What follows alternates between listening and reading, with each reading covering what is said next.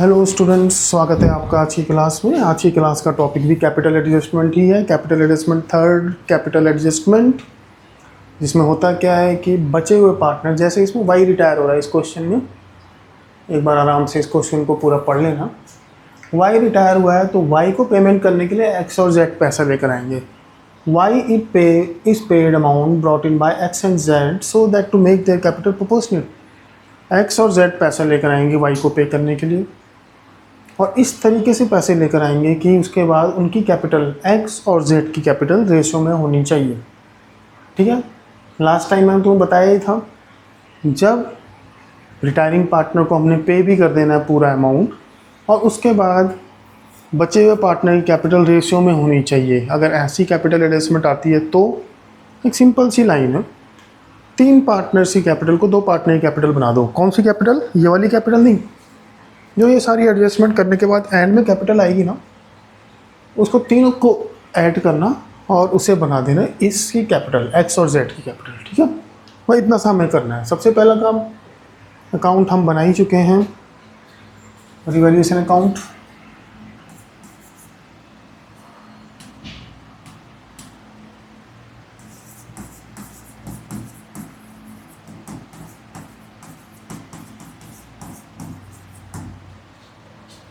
Partners capital account,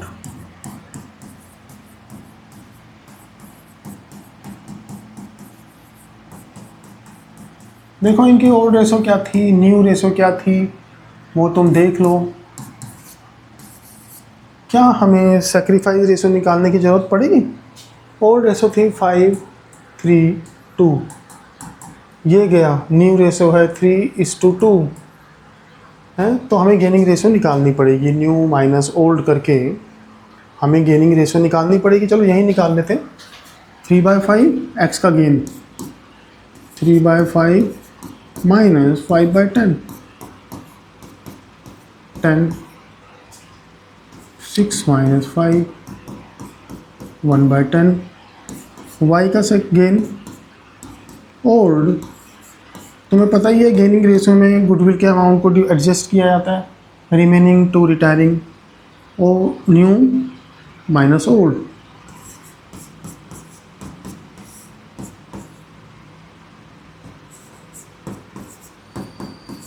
to by 10, तो 1:2, लो फूल बना दो।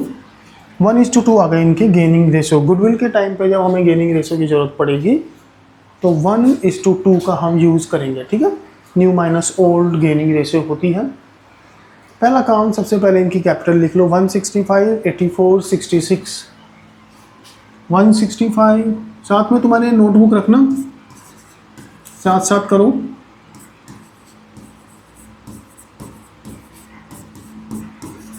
X Y Z 165, 84, 66।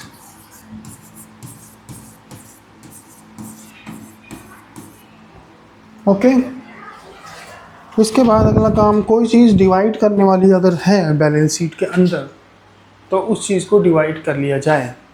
है क्या कुछ डिवाइड करने वाला? डिवाइड करने के लिए वर्क्समैन कंपनसेशन फंड पड़ा है लाइबिलिटी साइड में, तो वर्क्समैन कंपनसेशन फंड को बांट लेंगे। एम्प्लॉयज़ प्रोविडेंट फंड, एम्प्लॉयज़ की लाइबिलिटी वैसी ही रहेगी। वर्क्समैन कंपनसेशन फंड को बांटने से पहले नीचे देख लेना चाहिए क्या कोई वर्कर्स की लाइबिलिटी है।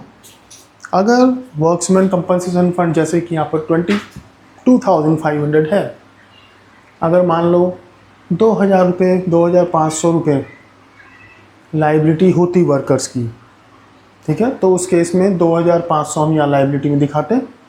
जितनी लाइबिलिटी है वर्कर्स का, जितना क्लेम है उसको लाइबिलिटी में दिखाया जाएगा, बाकी अमाउंट को पार्टनर्स में डिवाइड किया जाता है। ठीक है, लेकिन यहाँ पे कोई लाइबिलिटी नहीं, नीचे एडजस्टमेंट में दिया होता है ना, कोई लाइबिलिटी नहीं है, तो पूरे वर्क्समैन कंपनसेशन फंड को बांट लेंगे ओल्ड पार्टनर्स में 5:3:2 में। ओके जी, बांट लो 5:3:2 में बाय वर्क्समैन कंपनसेशन फंड।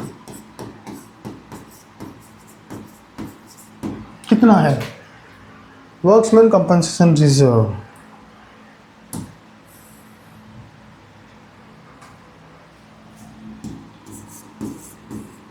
बांटो, 532 में बांटना, पहले वाले को हाफ मिल जाएगा 11,250। मैं बार बार बोलता हूँ नंबर्स एक लाइन में आने चाहिए।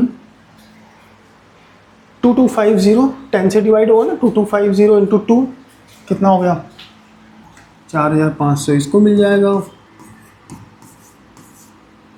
और 2250 इसमें ऐड कर दो 6750। ओके जी, ये हमने वर्क्समैन कंपनसेशन फंड को बांट दिया। बैंक मिनिमम बैलेंस लिख दिया है, मिनिमम बैलेंस कोई इसका यूज़ नहीं है इस क्वेश्चन में। बच्चे इसमें भी कंफ्यूज आते हैं, कोई नई चीज़ लिखी भी आ जाए तो। गुडविल के लिए देखो, goodwill of the firm is valued 112, Y share be adjusted into the account of X and Z. क्या एंट्री होती है गुडविल के लिए? हाँ जी, गुडविल के लिए एंट्री होती है X capital account debit remaining to retiring, X capital account debit, जेड्स capital account debit to Y's capital account.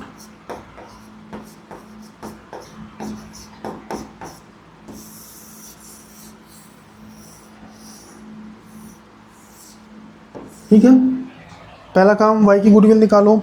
1,12,500 में से 1,12,500 तो पूरी फर्म की गुडविल है, इसमें से एक्स की वाई की गुडविल निकालो 3/10, वाई का शेयर 3/10 है ना। 11,250 इंटू 3 33,750। कैलकुलेशन थोड़ी फास्ट होनी चाहिए। 33,750 को डिवाइड कर लिया जाएगा किस रेशो में? ये 1:2 में, है ना। तो 11,250 और 22,500। होस्टिंग करनी इसकी आती ही होगी तुम्हें, क्योंकि कैपिटल एडजस्टमेंट तक तुम पहुंच चुके हो, बेसिक्स तो तुम्हें आते ही होंगे कैप चैप्टर के।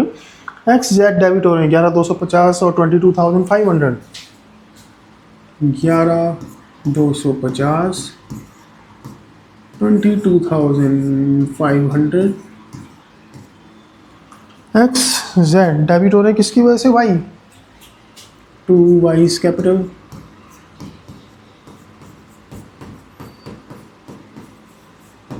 वाई क्रेडिट हो रहा है 33,750 से किसकी वजह से? एक्स एंड जेड, तो बाय एक्स कैपिटल अकाउंट।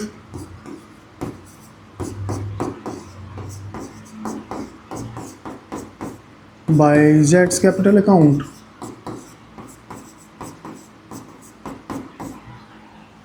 $11,250 और 22,500। ओके जी, गुडविल हो गया। Fix asset appreciated by 20%। Fix asset 187,500 की है।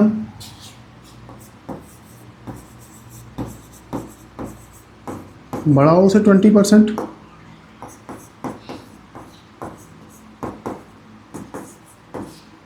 Fix asset 187,500। 20% कितना होगा? 18 का डबल 36,000, 37,500। 10% 18,750, डबल कर दो।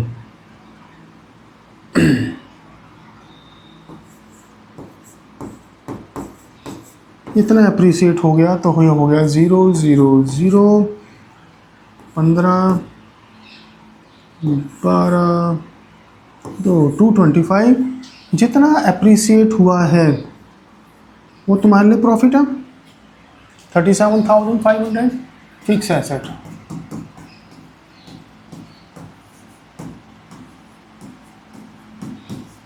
ओके जी, आगे चलें। स्टॉक रिड्यूस टू 75, 75,000 रुपये तक कर दो। 82,500 का स्टॉक है, स्टॉक 75,000 कर दो। 7,500 कम हो गया ना स्टॉक, तो लॉस है तो डेबिट में।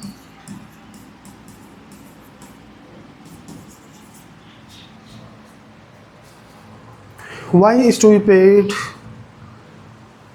Amount brought in by X and Z, X और जेड लेकर आएंगे, ये तुम्हें पहले समझा दिया गया किस तरीके से होगा। तीनों की कैपिटल को ऐड करके दो की कैपिटल बना देंगे, एक्स और जेड की, ठीक। तो उससे पहले जब हम क्वेश्चन में क्लोजिंग कैपिटल इनके निकाल रहे हैं, क्रेडिटर्स 39,750, हम क्वेश्चन खत्म हो चुका है। 39,750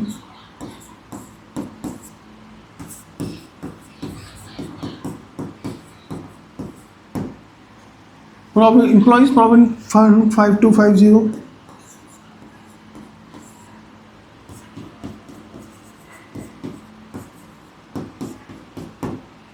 बहुत इमरजेंसी हो तो शॉर्ट फॉर्म यूज़ करनी चाहिए, वरना पूरा लिखना चाहिए।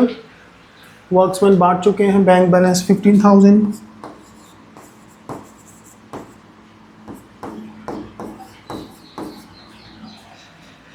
डेटर्स 97,500, अमाउंट पहले लिखने की कोशिश करनी चाहिए।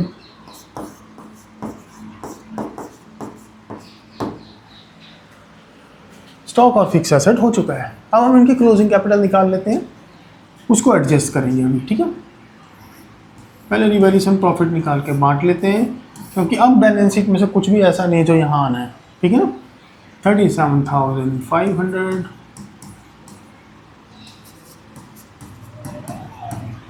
30,000 बचा तुम्हारा profit to partners capital, X Y Z में डिवाइड हो जाएगा। 5 3 2 15, 9 6, इधर बाय रिवैल्यूएशन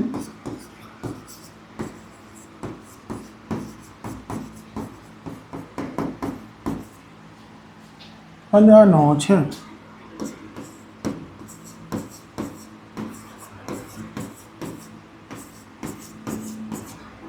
लीजिए। अब होगी कैपिटल एडजस्टमेंट। पूछा उसने ये है कि y को देखो जितना पे करना है, y का जितना ही बन रहा है वो उसे पे कर दो, तो पे कर दो। अब y का बैलेंस जो है y के लोन में नहीं जाएगा, पे कर दिया जाएगा। टोटल करके देखो इसकी 80 90 110 121 122 128 132 132 133 500।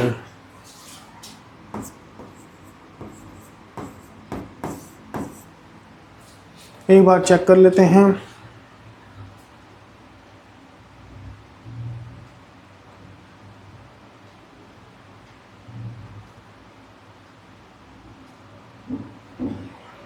हम्म, 133 500।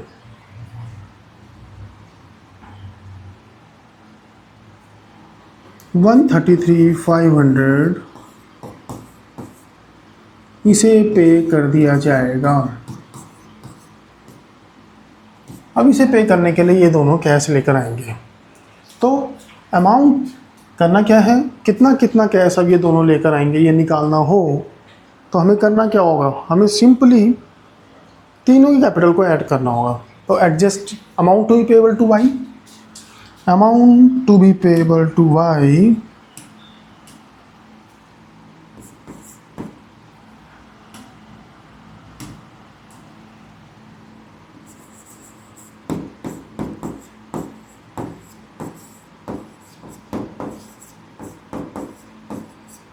वाई को पे करना 133 500, खुला खुला लिखना है इसे। एडजस्टेड कैपिटल एक्स, ये माइनस ये करने के बाद जो आएगा, ठीक है। Adjusted capital x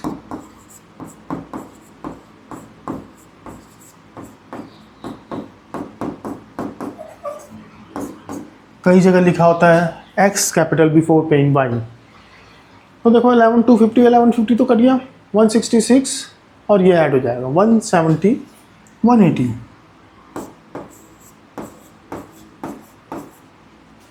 adjusted capital Z, adjusted capital Z, करो उसका टोटल 66 76 500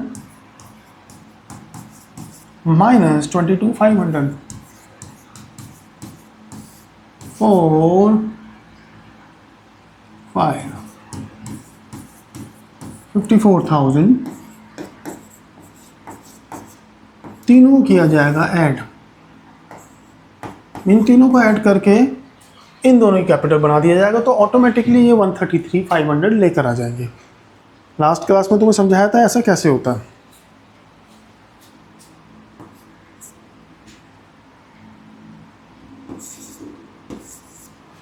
$367,500।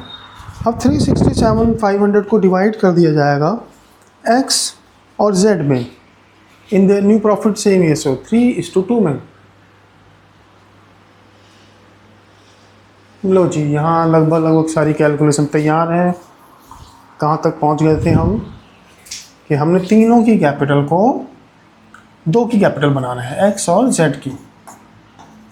तो हमने x और z में इसे 367,500 को 3:2 में बांट दिया। तो एक की कैपिटल आ गई 220,500 और 147। तो यही इनकी कैपिटल होगी नई फर्म। ठीक है, यही इनकी कैपिटल होगी नई फर्म में। हमने बना दी ये कैपिटल। अब चेक करने वाली बात है, देखो इसको पूरा पे कर दिया। चेक करने वाली बात ये है, क्या ये दोनों उतना पैसा लाए जिससे इसे इतना पे कर दें। चेक कर लेते हैं। इसकी कैपिटल हो गई है 220,500, ये एक्स की 220,500 है। जबकि पहले कितनी थी इसकी एडजस्टेड कैपिटल, ये देखो 180 है ना। पहले इसकी कैपिटल ये माइनस ये करके 180 आ रही थी, लेकिन अब हमने कंपनी का फर्म में डिसाइड किया कि इसकी कैपिटल 220,500 होगी कैपिटल एडजस्टमेंट के बाद। पहले 180 थी, अब 220,500 होगी, तो इसे 40,500 लाना पड़ेगा। जब ये लेकर आएगा तो यहाँ लिखेंगे कैश 40,500 ये लाया। ऐसे ही सी की कैपिटल पहले कितनी थी, 54 है ना। सी की कैपिटल पहले 54 थी।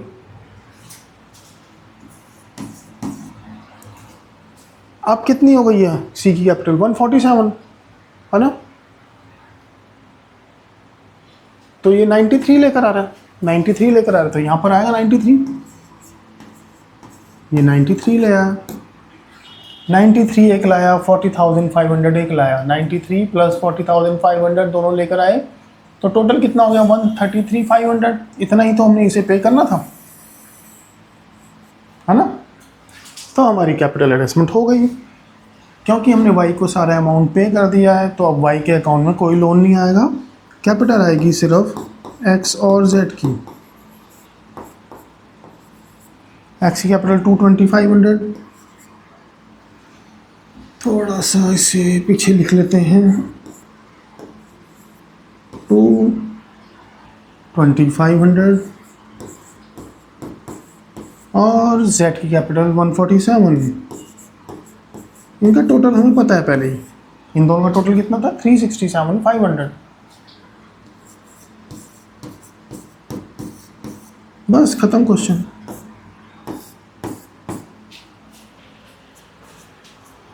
इनका टोटल कर लो।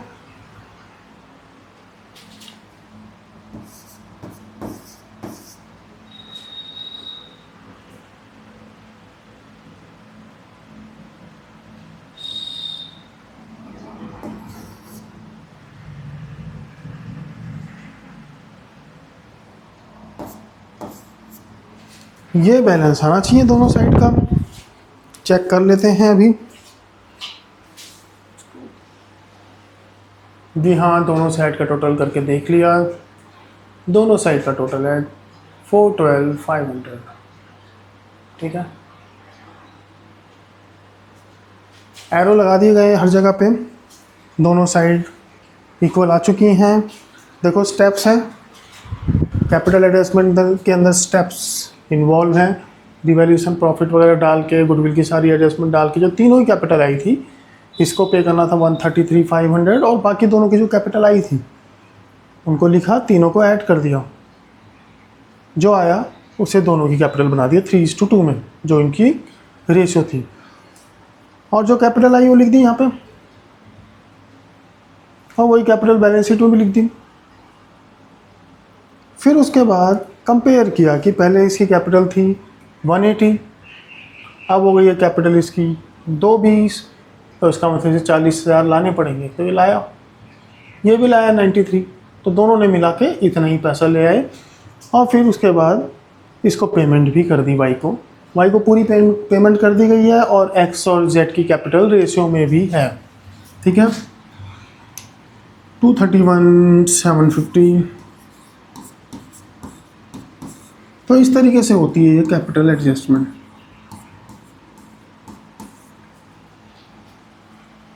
$169,500।